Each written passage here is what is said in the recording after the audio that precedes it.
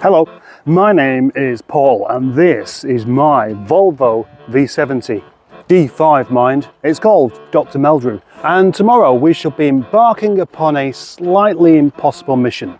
That is one day to drive 1,000 miles solo with one tank of diesel. I shall set off from here, which is Rochdale, and drive all the way up the M6 onto the M74 through Scotland and to the Isle of Skye, where I shall drive right the way to the top and then turn around and come back.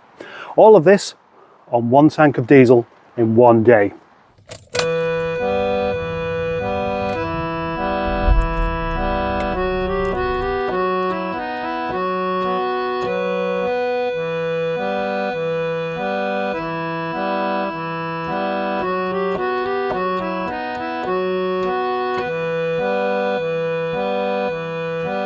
65 miles into the journey and 87.7 miles per gallon.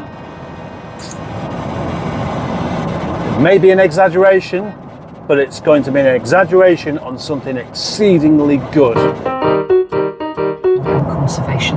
That's it from us. I'm Charlotte Smith, the producer. Radio 4 and BBC Sound. Thousands of students are set to receive their results for... Well, that's my first 100 miles in. 10% of the journey completed, just as it's getting light at 11 minutes past 6. So the progress, you might say, isn't fantastic, being as I was supposed to be setting off before.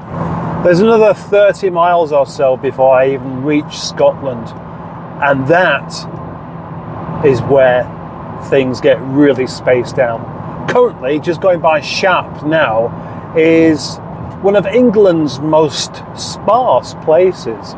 I've only ever been here a few times before, and I always find the lack of traffic quite fascinating and obviously very, very appealing. A quick update on how the car is doing so far. Averaging at this moment 84 miles per gallon and with a range of 1,145 miles.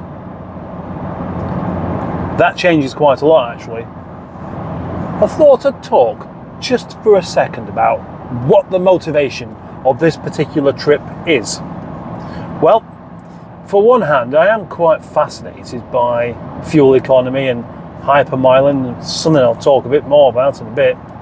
But Scotland, I love Scotland, and I just don't really know it. I have been there 3 times. The first time I didn't drive there and the whole event was a complete disaster anyway. The second time was actually very exciting, but that's a whole big story all by itself. It has everything: the mountains, the rough terrain, the bad weather, the lack of phone signal. All of these things contribute to something that isn't like where I live. It's another world. That's what I'm trying to say. And another world is always going to be more interesting than your own world. 1260 range, the Highlands, Shetland, the Outer Hebrides, the Isle of Skye, all have this same kind of mystique about them, which can also be felt, certainly by me, with the shipping forecast. The fascinating part is not really understanding it. So I don't want to go to Scotland all the time, but I do want to go now and leave with a feeling of just awe and just and want to talk to people about it and become boring. But the other bit of motivation is actually this car. Without this car, this trip wouldn't really be happening, or certainly not at the moment.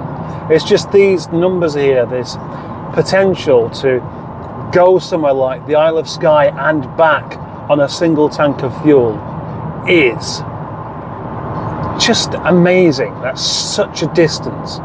As it goes, the Isle of Skye isn't quite 1,000 miles anyway. It's a bit less. So to do it, I need to take a detour on the way back, as I might have mentioned that. But the Volvo V70 is a car I've admired for such a long time, and now I have one that's not been interrupted by disappointment. In fact, my initial feeling of what this car would be has just been backed up further and further. So I think this age, 2005, is actually peak after all. I was always thinking the 1990s were peak motoring times, but maybe it's just a little bit above, because after 2005 it was swirl flaps, it was DPF, and then all manner of other things made even this car not entirely trustworthy, whereas this has everything. It's economical, it's big, and it is safe. It's a car designed to be safe. So I can keep this car forever. It will last forever if I look after it. And it will protect me and my family as well as pretty much any other car, yet without all of these passive driver aids, which I think destroy the enjoyment of driving. And with that, I think I don't need another car besides the fun cars that I have. This car is all I should ever need. I can't get a better car than this. It's just not really going to happen. Try and change my mind on that one. Which is why yesterday, with the generosity of many of my followers and having a bit of money flung my way for this particular trip, the trip's covered, the fuel's covered, but it needed 2 front tyres. And because I want to keep the car, I actually bought brand new tyres, which isn't something I normally do. Usually I'm perfectly happy with part worn tyres. Normally you buy a car second hand, it's always got part worn tyres. It's always got tyres that somebody else has used and you don't really know how they've been driving or what they've banged into or how safe they really are. So this is the first time I've thought like this because of the fact that it's a keeper. 88.4 miles per gallon. It just keeps going up. A range of 1,355 miles. 89.2 miles per gallon. With that, why would you need any other kind of car? 90 miles per gallon. 90 miles per gallon out of a big car like this, just through driving it really steadily. Steady driving is all it takes to get really good fuel economy, but 90, you'd imagine that you'd be lucky to get 50 out of something like this. That is just mind-boggling. Right, the range is now 1,440 miles. And hello Scotland. 90.9. Is hypermiling a responsible thing to do? Because in one way it's not, and that is that if you're paying so much attention to trying to just eke as many miles per gallon as you can, then you're taking some possible chances here and there, which I won't go into. And to do it properly gives you a wonderfully calm, zen-like state. There's nothing stressful about hypermiling, you might think, but you know, you're desperately urging these numbers to go up, and you're trying to go somewhere way too far for the amount of fuel that you have, and it's not really possible. But it is possible. I'm sure it is. I'm just glad that today is quite a bit cooler than yesterday, because yesterday, not at this time of the morning, but it got up to 35 degrees, which is, you can't drive a car without air conditioning and the windows up. So you mean your windows down, you get a lot of drag. Not good for fuel economy. Aircon on, apparently not good for fuel economy. But does it really make that much difference on a car like this, on a big diesel? Probably not a massive amount. It might even still be 5%. That rather lovely Top Gear episode where Clarkson took an Audi A8 diesel from London to Scotland and back on a single tank. Now, he did that in the winter and said that not having the heating on, not having the radio on, all makes a difference. But the amount of difference that makes is way too small. It's just pulling a little bit of electricity out the battery, which you're putting back in via the alternator. There's no way that's going to make the difference between getting there and back or not over that kind of distance. Then of course we have the idea of slipstreaming, hanging on to the back of this Eddie Stobart truck at what you might call just a little bit too close.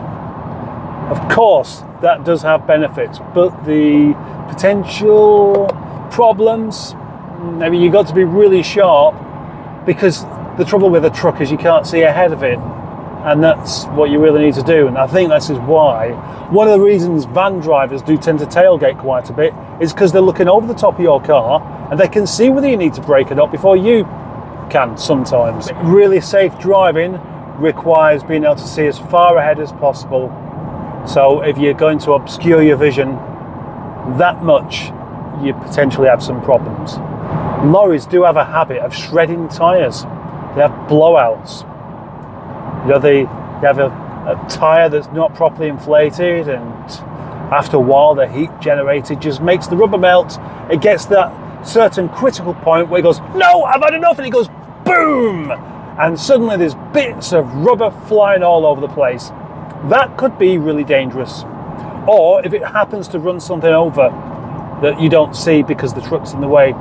And if that doesn't convince you, what about all the little stones? You're much more likely to have stone chips on your windscreen and on the front of your car, giving your face that gravel rash thing, and yet nobody wants that. The real thing though, of course, is patience. Just being calm, relaxed, looking away. Radio signal is in and out all the way. That's it in a nutshell. Nice and calm, just like the drive. The drive should be a reflection on your low heartbeat and low blood pressure, which is difficult to do when you eat a lot of sweets. Is there any range anxiety with this? Well, there's no way that anybody would be doing this in an electric car. But then again, if it wasn't for the fact that this car could possibly do this trip, it wouldn't be happening in the first place, which means that the whole thing is ever so slightly redundant. Or so you'd think, but it seems like this idea has engaged quite a few people, my community. I put it out to the PN community and said, you know, it's going to be a bit expensive, so if anybody wants to chip in and help, then you can. And I wasn't expecting such a good response, to the extent where it's like, well, I've got no choice now, I've got to do it, because people have paid me to do it. I've been told, fuck off up to Scotland in your Volvo and show us whether you can do it or not. I just wish the weather would clear up to make it a bit nicer to look at. Range anxiety still exists. Not for me at the moment, because that's still saying I've got a full tank of diesel, and when it's saying I can do over 1,000 miles, then that basically covers me for anywhere in the UK. But there'll come a point where that'll just suddenly plummet, and that will go down, and I'll be thinking, oh. Now, it really shouldn't do for this trip at all. It really shouldn't. But even so, somewhere like the Highlands and the Isle of Skye in particular, I imagine you're quite a long way from a petrol station at any one point, unless you happen to be right next to one. I've been to many a petrol station. You get there, they've got no diesel, they've got no petrol, or whatever it is that you happen to require, and then you don't know when the next one is. So you don't want to be down to like a quarter of a tank and having no clue when you can next get some more. So, for my peace of mind, and it might seem a little bit like overdoing it, but I've got 2 5-litre cans in the back full of diesel, just in case. I've actually written a map of instructions on where I'm going to, because I've not needed the sat-nav so far, but there's going to come a point where the sat-nav will come in handy, yet there'll be no signal. There'll be no signal anywhere, so I won't be able to follow it anyway. Monitoring and... The other major issue with this kind of distance, naturally, is fatigue. I've been on the road for 3 hours now, and I am feeling quite a bit like this. But I did have enough sleep. I did go to bed early enough. I've done it right. And my first huge part of the challenge The challenge to myself was to get all the way to my destination without stopping once. And I'm only 177 miles into it, and I really need a wee. So I didn't bother with any coffee, didn't bother with any tea. I've just got bottles of water. Drink the water as and when you feel thirsty, and then you should be okay. I just really hope all this mist lifts before I get into the properly craggy parts of Scotland. I thought I'd best put the sat nav on now before the internet starts running out. And being as I'm already, well, 3.5 hours into the journey, I was quite surprised to find that my destination is still 7 hours away if I don't stop. 7 hours. I really am a fucking nutcase. Why have I done this? Really, why? It's a 2-day job, it really is. I am no stranger to a bit of endurance driving. I did 380 miles in one trip in a 7.5 tonner to Scotland, Aberdeen in fact. I did 600 miles in a transit recovery truck to Ashford in Kent and back. That was a grueling experience.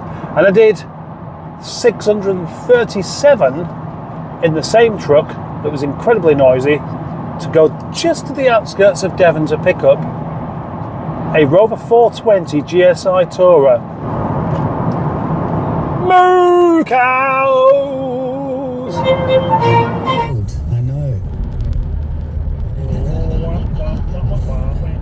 Girl coming up. You've got about 9 miles of queuing traffic after junction 6, for God's sake. Saying here on taxi. Well, it's taken 226 miles to be on the outskirts of Glasgow before I've got out of 5th gear. So that's not too bad. As I'm in this rather slow moving traffic on the M8, there's quite a smell of fried eggs. Do people in Glasgow eat a lot of fried eggs? Or is it something else? There's something around this area that just smells like fried eggs. Hundreds of Scottish people all on their way to work. I wonder what they do.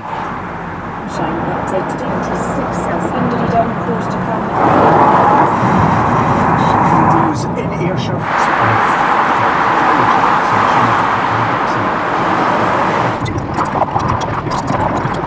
Believed her story, Harrison. Even in a video where I've made as much effort as I have done with this one, the microphone at some point needs to lose all of its energy and give no sound. And that's what's happened here. Don't worry, it won't be too long before the sound is back on and we can make the video, watch the video together as it was intended. Anytime now. Anytime now. Come on. Come on now. And here we go. Still 180 miles to go and nearly 5 hours now to get there. But I have definitely broken one of my records already, which is the furthest distance travelled without stopping, except for when I went on a plane. But 281 miles now without a single stop for a wee or, well, anything really. What is quite amazing is that roads like this are definitely the kind of place that you wouldn't want to break down on, because you really wouldn't want to break down here because you're going to have no phone signal, it's going to go dark, you're going to be stranded, and you're in danger of being eaten by a grizzly bear. That's why bringing a car like the Volvo V70 D5 is perfect. But you look down there and there are even more old 60s and 70s cars doing this particular journey. Cars that are renowned for not really going much more than a few hundred meters without breaking down, like the Volkswagen Beetle. And oh, there's a van overtaking the whole lot. Mind you, the difference is all these people I've seen so far in their old French cars are clearly in some sort of convoy, doing it together, some sort of holiday challenge. The roofs are full of stuff, whether it be tents or stuff that you can't fit in the car. No doubt they have tools and spares and a sense of camaraderie amongst them, and if one man goes down, the rest of them will stop. which makes it a very, very different mission to me solo in my Volvo. Artisan Coffee Craft Studio.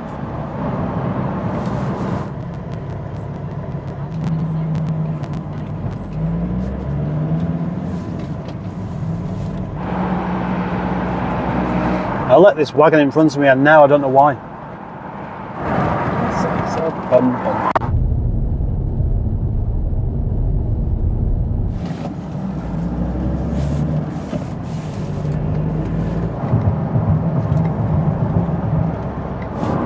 Well, we're properly on the high road now because I'm almost heading the clouds here, and feels like it's been climbing for quite a while up the A82. It's really quite surreal looking over there. It's just like small lakes and big rocky areas. It looks like a very different country altogether. I feel a very long way from home, rather than just 305 miles. Look at that, there's a house over there, right at the foot of the mountains. Oh no, it's a panoramic view with panoramic cafe with stunning views. Glencoe Mountain. This place is spectacular, even with it half fogged out. I just really, really hope it clears up a bit for my return journey, because there's a massive mountain right in front of me. I don't know which one it is, but I mean, it's the biggest mountain I've ever seen, and I can tell that even though I'm driving through a cloud. There, see? How big is that? Oh, look at that bridge. Oh, you know, just one thing after another. There's just so many quirky and interesting things here. I must come again sometime.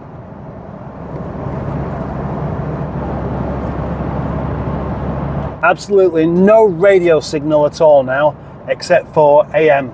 I can just about get Radio 4 on AM.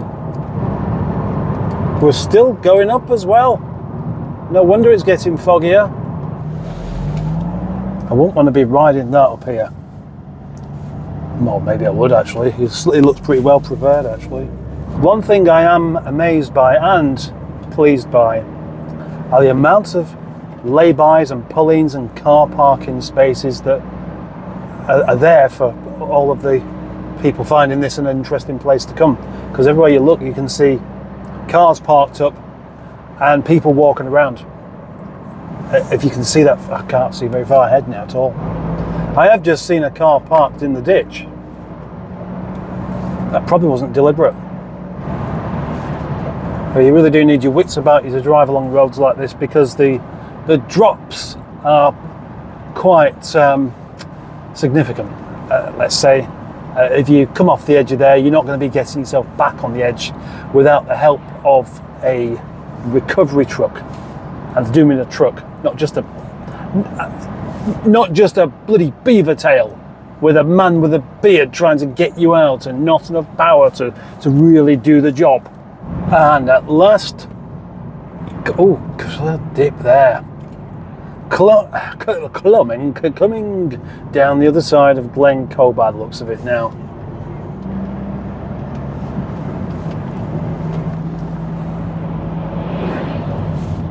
Oh wow, I wasn't expecting that. Vandalism all over that building. Well, that ruin. These car parks, they're astonishing. There are more cars parked in there than what you'll find in one of Rochdale's car parks on a Saturday afternoon.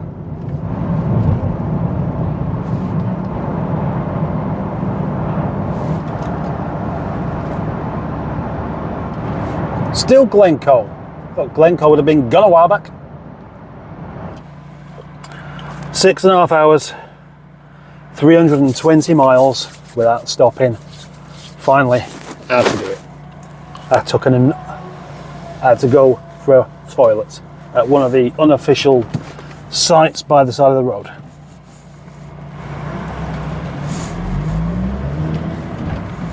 Sometimes we would just The radio's come back.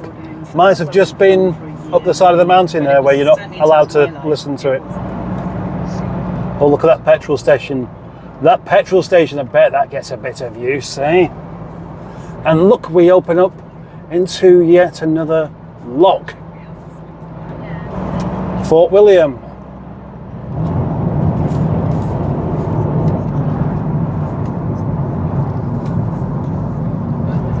Another spectacular bridge.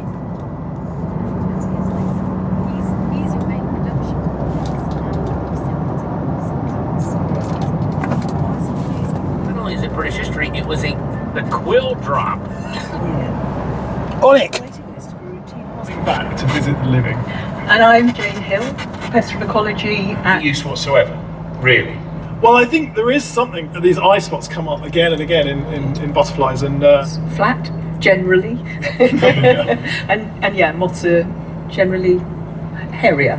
But Have laser surgery. okay. So at the current Leaving a glass of rose water by a full moon so that you can snog the boy you fancy or moth. Is that sort of it? Yeah. There's experiments have been done where certain stimuli... Ben Nevis is over there.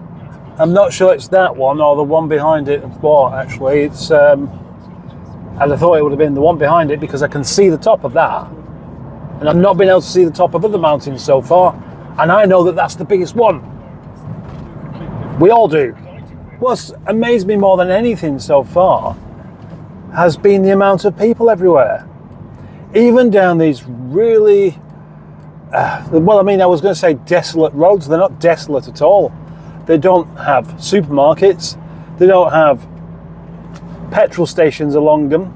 But they do have lots of people pulling up in their cars and walking along in the mountainsides and stuff like that. And that surprised me. And now I'm sort of around the Fort William area.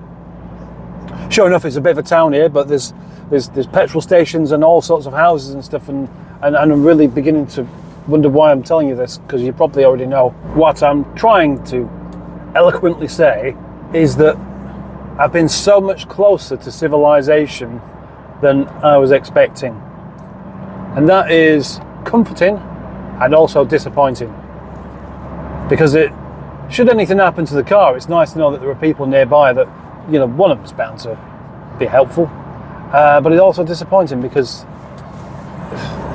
I was really honestly anticipating seeing nothing over some of those roads. Seeing nothing. Only another 123 miles to go, but it's still saying over 3 hours. It's a pity it's not. I mean, it is a national speed limit road. But there must be quite a few small towns in between on the way for it to take that long. And it's starting to warm up as well. It's 21 degrees in here, but due to the speed I'm going, just having the window open is fine.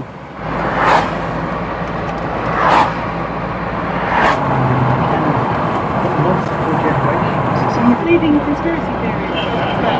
That when we put artificial light, Then send in your suggestions. I did actually suggest that we do a show where we do an illegal cops fight. Where we go to the back of the East End pub, possibly. Come on, Spotty, I'm going to get you. Anyway, thank you very much, everyone. We'll see you next time. Bye-bye.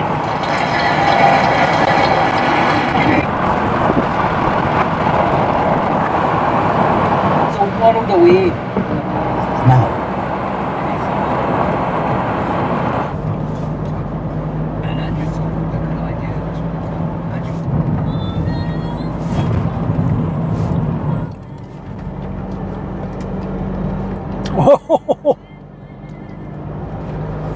Oh, what?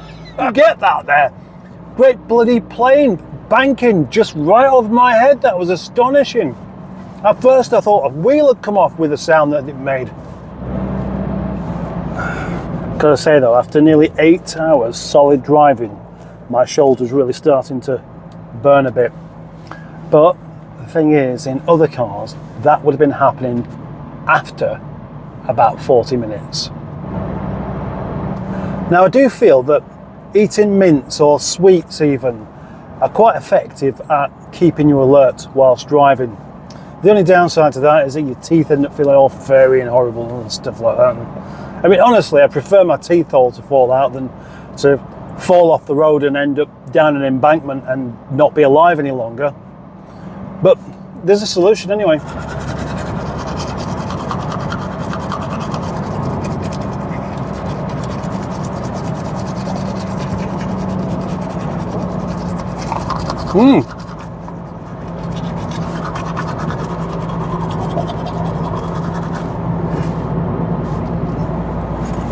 Oh, cool.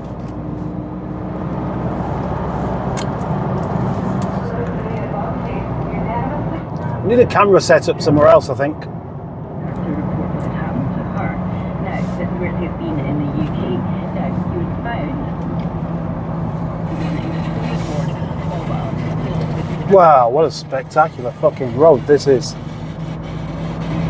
Wow.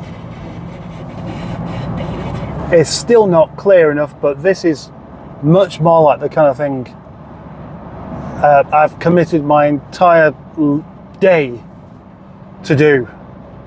It's interesting that I'm thinking to myself now that these views here just before the Isle of Skye are what it's all been worth it for.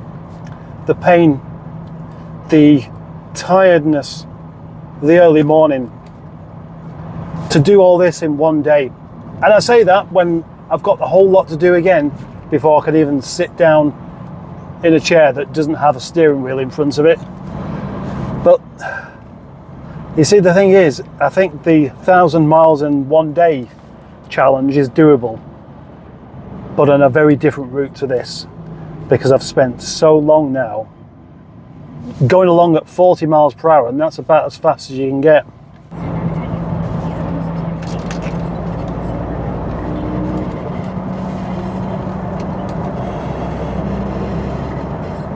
I managed so far without the aircon, and now it's getting a bit too warm. It's 24 degrees.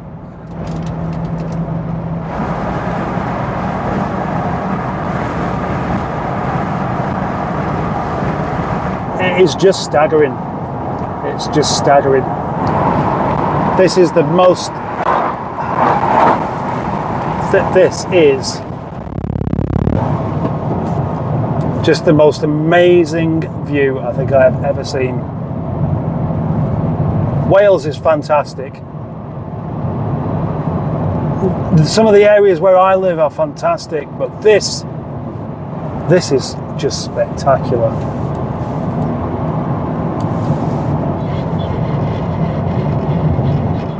The traffic here, the difference is, all these vehicles that you see coming along here, they're not people who are going to work, they're people that have come to look at it. They're on this road because they want to be here. That's not something I'm used to seeing.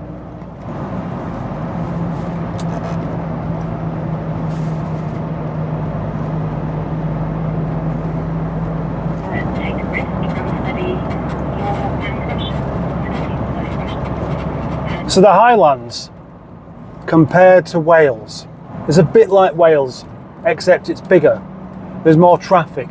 You see more people. And the whole place, actually, if I'm honest, feels a lot more welcoming, down to the fact that there's lay-bys everywhere for you to stop, more petrol stations, no supermarkets anywhere. And the other thing that really is completely absent, that does surprise me, is there's no sheep. I can't see sheep anywhere. You can just see people climbing. Look. See if you can see a sheep anywhere. Or a cow. I saw some cows earlier on, but that was ages back. Consuming sound. taste of it. Chefs generally understand that a key mineral required in cells, along with potassium, calcium and so forth. So you need a bit of salt, but not a lot of salt. Finally, here we are, crossing the bridge onto the Isle of Skye. And after all that, I am actually here. It's like the Mediterranean. I always think that with the north coast of Wales, when you can see it from Beaumaris, but this is the same kind of thing. It's just so greeny. It's full of green things and boats, and that means the Mediterranean to me. Anyway, I got that wrong. That was just a bridge. I'm not on the Isle of Skye just yet, but it is just round the corner. It didn't say welcome to the Isle of Skye. It said that about 15 miles ago, but I know I wasn't on it then. Update on the fuel then. I'm just about to get into 400 miles. I'm still averaging over 80 miles per gallon, and there's 3/4 of a tank almost of fuel left. Sodium salt, 51% potassium chloride, so much less sodium than Baja Gold. Misty, but I try and steer clear of them. So yes, I think health would have to be the first choice for me. Let's go on to those mineral and trace element claims then. Baja Gold talk about offering the widest array and the highest amounts of minerals and trace elements. Baja Gold actually go as far as producing a table that shows the amounts of the trace elements that they've got in. The key point here. There'll be variable clouds, a bit of coastal mix around southern, western and not quite as warm as it was yesterday. England and Wales are much cloudier than yesterday for most. There will be sunny spells coming and going, but also further showers, particularly as Wales.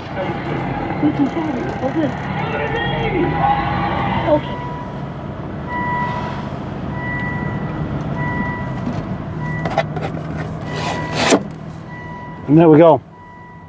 Job done.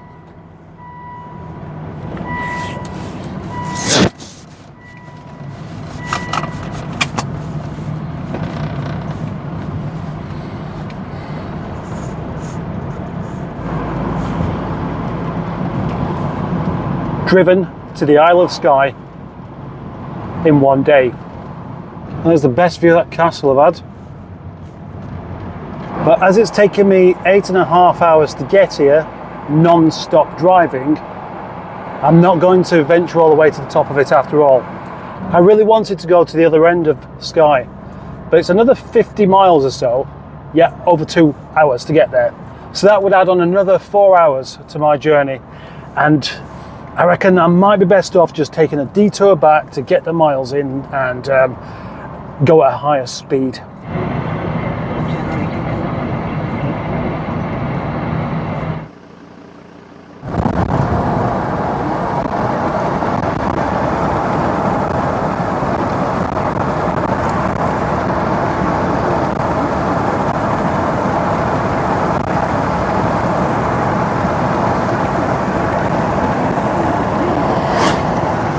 Now, if I'm honest, I am way too hot now.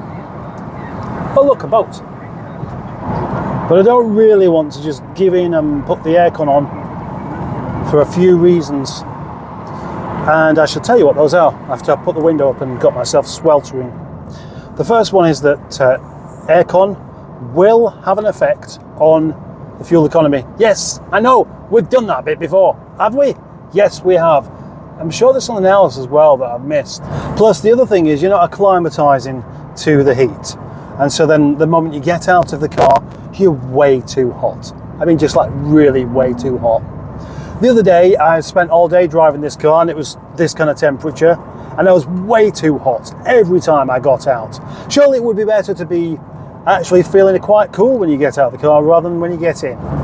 I've yet to make my mind up about that, but there is another thought I have about this, and that is to do with the way aircon actually works. Aircon was originally designed as a dehumidifier, but it was a side effect that, it really cools air down as well.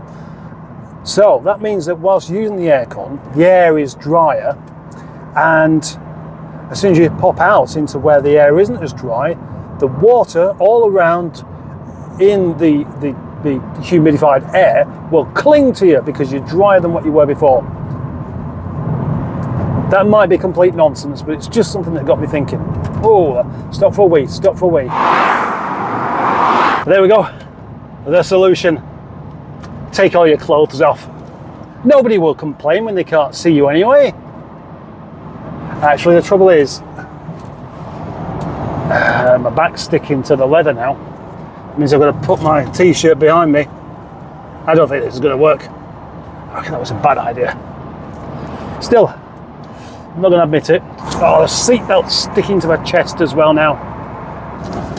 Well, it seems like I have quite a few people to thank for this particular trip, because if it wasn't for the help of many of my followers, I might not really been able to do it after all. I mean, I said I was going to do it, but then I was looking at whether I could do it or not, and it would have been a struggle. I definitely wouldn't have been able to buy some new tyres for the car, so I really do.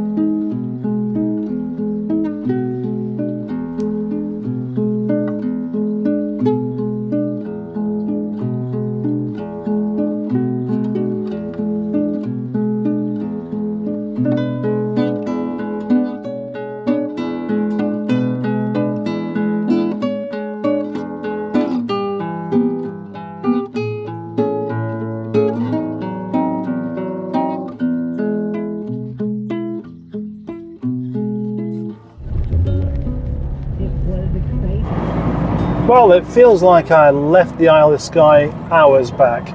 Obviously, I chose not to go all the way to the top of Skye after all, because of it taking, well, would have been four hours plus to do another 100 miles. And I need to do more than another 100 miles anyway. So I need to find a way of doing 100 miles somewhere else. I just wish that Scotland had a motorway from the M74 that just carries on going all the way up to the top. Then that would solve my problem. I could do it quite easily then.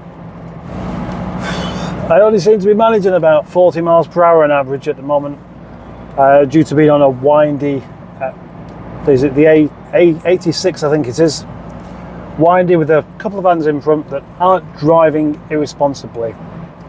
I need an extra motorway journey, and not with cruise control. No, I'm not a fan of cruise control. Many people will say, use cruise control, it will save you fuel. Not for me, I'm not convinced. I don't think it would save me any fuel. And besides that, it doesn't work on this one, so I haven't even got the choice.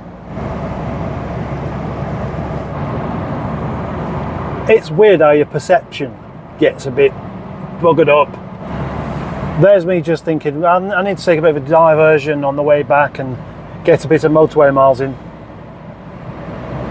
to get the miles up. Yeah, then I looked at how far I've got just to go straight home, and that's 330 miles still, which is further away than the end of the country from where I live. So, yep, seriously, I could get in my car tomorrow at home and drive south and be ready to go into the Channel Tunnel in less than 330 miles. Yeah, I'm thinking, oh, I've only got a bit of a way to get home now. That's funny. I thought, you might not be laughing, but I am. It was only 3:10 anyway. 3:10. That means that there is another 9 hours left today. Another 9 hours left today. But then I've already spent 11 hours on the road, so that's probably why I feel like I'm at the natural end of my journey. Ooh, that's a bit of a dangerous move, mate. The amount of these bendy single track roads where the speed's up and down all the time, the range is suddenly starting to drop quite a bit. 605 miles on just over half a tank. There's a rather interesting looking path snaking its way up that hill there. I'd love to go up there. I bet you can't drive up it anyway, but I'd still like to go up there, but I'm not going to. On the A9 now, so it should be no more twisty ball ache roads. I say ball ache. I do like the twisty roads that go up and all over the place, but the trouble is, they're not very, very good at all for fuel economy or safety for that matter. If you're trying to do one or the other, if you're trying to get somewhere quickly, you're going to be jamming your brakes all the time. That's not good.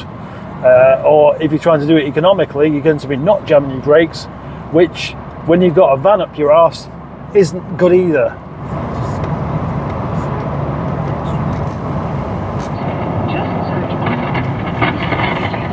And just finding the things is my fiction. I've taken the general principle of we know a few things, we know enough eggs to hang a story on. Yeah.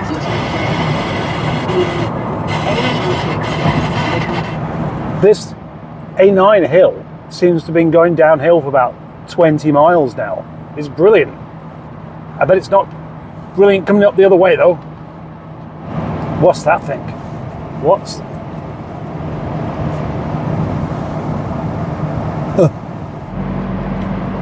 This section of the A9 could easily be Bracknell in Berkshire. That's the thing. You know, we have only so many ingredients. If you haven't got hills and mountains, just tarmac, crash barrier, trees, you could be anywhere.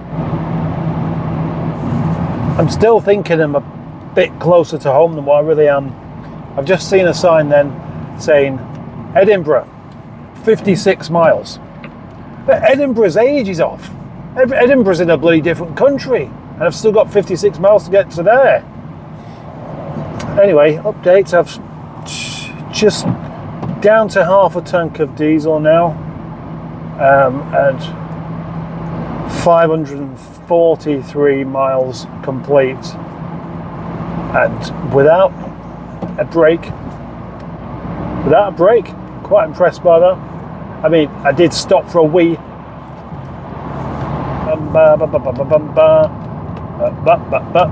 Huge Simpson. Oh, of course, a lot of wheels on there.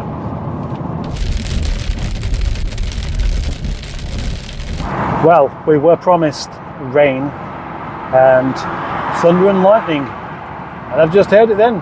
Lots and lots of rain just then a nice big, you know how thunder and lightning works. There was just some then. I like it. I'd like there to be some more, but I don't think there will be.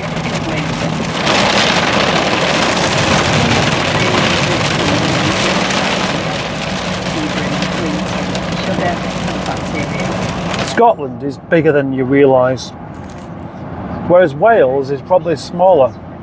When we went to Wales last 2 weeks back, we stopped in this cottage, then realised we needed some shopping. I had to drive 20 miles to get to a Lidl, and that was almost on the English border. The next day, we went to the sea, the opposite direction. It took about half an hour. I'm not regretting doing this, but I am starting to look forward to it being over, because it's just not some very I'm just not very comfortable now, that's all. Even in the Volvo, you'd think these seats are designed to be about as comfortable as you can get, but do this kind of mileage and you'll end up not being as comfortable as you anticipate being. This is where I start admitting that this challenge is a bit more difficult than not what I thought it would be. I was fully anticipating it being really rather difficult, having done some very long distance before, but you know, in a nice comfortable big diesel you think it'd be okay, but some of the same stuff applies, and part of the problem is eventually this eco driving, the hypermiling, because you need to be thinking all the time about the speed, how you approach things, and after a while you just want to put your foot down, and if you're too close you just put your foot on the brake, and then you want to be up there, you put your foot back down, this kind of thing. There's nothing, you don't drive like that at all. And I do feel a bit disappointed by the time it took to get to Skye, because the other day it said it was going to be just under 9 hours, and at the time I thought, well, it'll be less in the morning than won't it, because there won't be any of the local traffic, because this was going at about 9 o'clock in the evening, and then going at 4 o'clock in the morning. It was nearly 10 hours, that was it. And it seemed to be a big chunk of that problem was right near the end, so I could have gone all the way to the top, but I would have got back after midnight and I still wouldn't have quite got to 1,000 miles anyway. I'd have been lacking about 100. If I just go straight home now with this slight deviation in route, I'm going to be behind about 150. And there are a couple of things for me to consider here. First is that I've not had actually a break at all. I've just stopped to empty my bladder.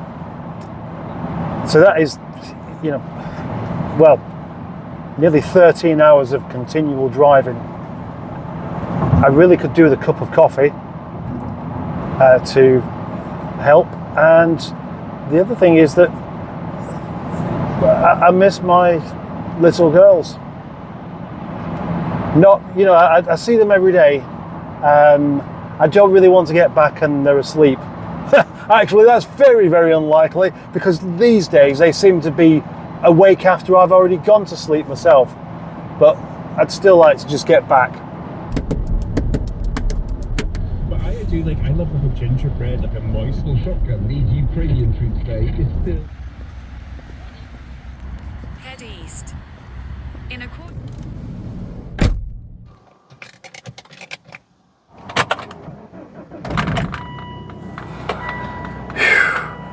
Maternity Safety Alliance, a group. I had to pop into the incredibly expensive farm shop to use the toilet. I didn't wee in the farm shop, but I did wander in there to see if there was anything that wasn't too expensive, and there wasn't.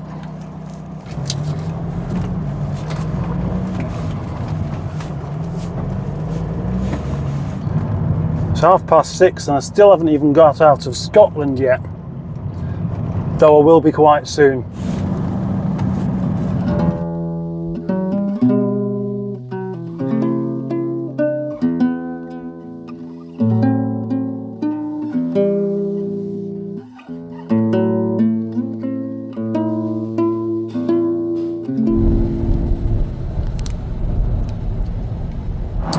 At last, back in England.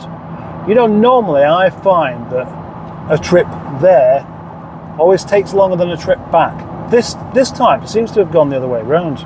It felt like ages I should have been back in England, but now I'm finally here with still about 130 miles to go and only just over a quarter of a tank of fuel. So now, although earlier on it was promising it was going to easily do 1,000.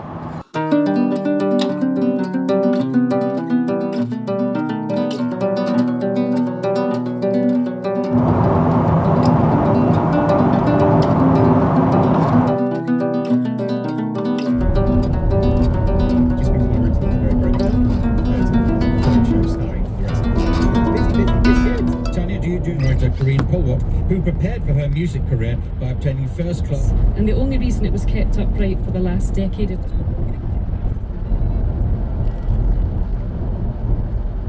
that time, I genuinely do believe, doing the show, I was like, is that...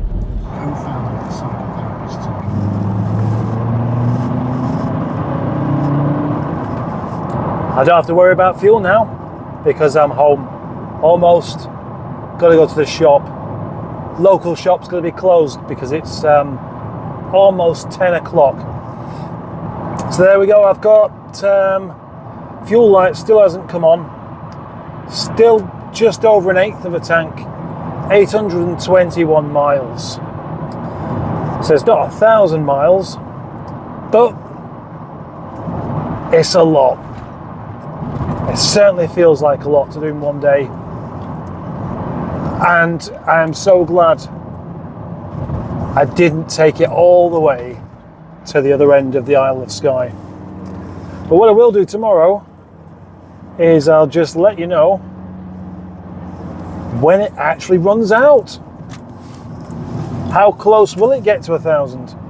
Because according to the trip computer, it's still got 270 miles left.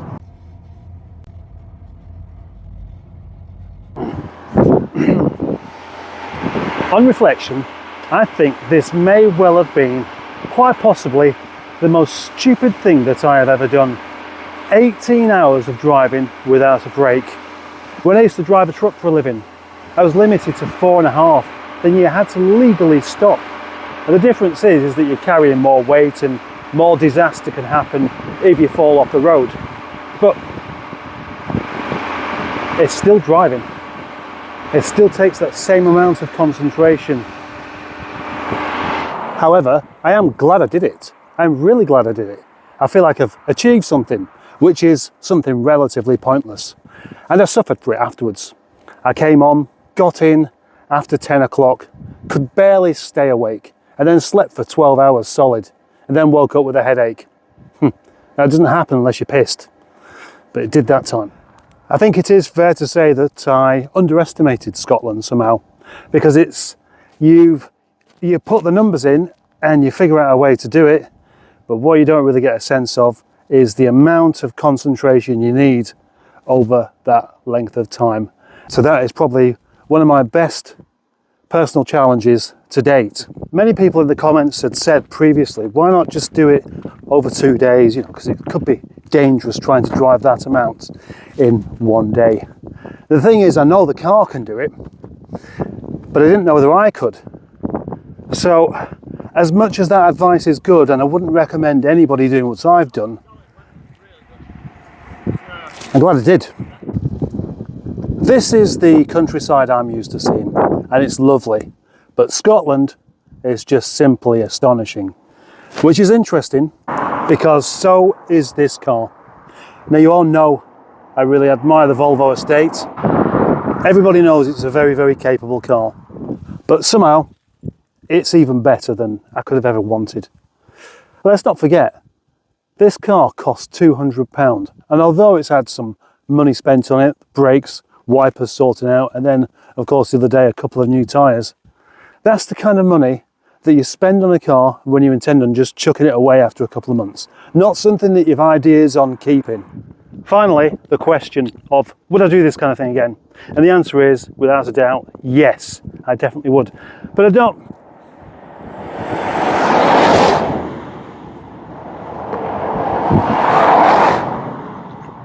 But not quite the same. I'm not going to challenge exactly how much I can drive in one day, because I think I've reached the limit. 18 hours. I'm not going to try and push for more than 18 hours. That would be daft. But I would push to do that 1,000 miles in one day if I can do it within that space of time. All that's left to be said now is a very, very big thank you from me for watching this video all the way to the end. Whether you're a subscriber or not, thank you for watching it. Thank you extra if you are now a subscriber. But the biggest thank you has to go to all of the lovely people that happen to chip in to make this video possible. This video is your video as far as I see it. And although I've thanked you at the beginning with the titles, I want to say thank you again right now. Thank you. Let's do something like this again. Bye-bye.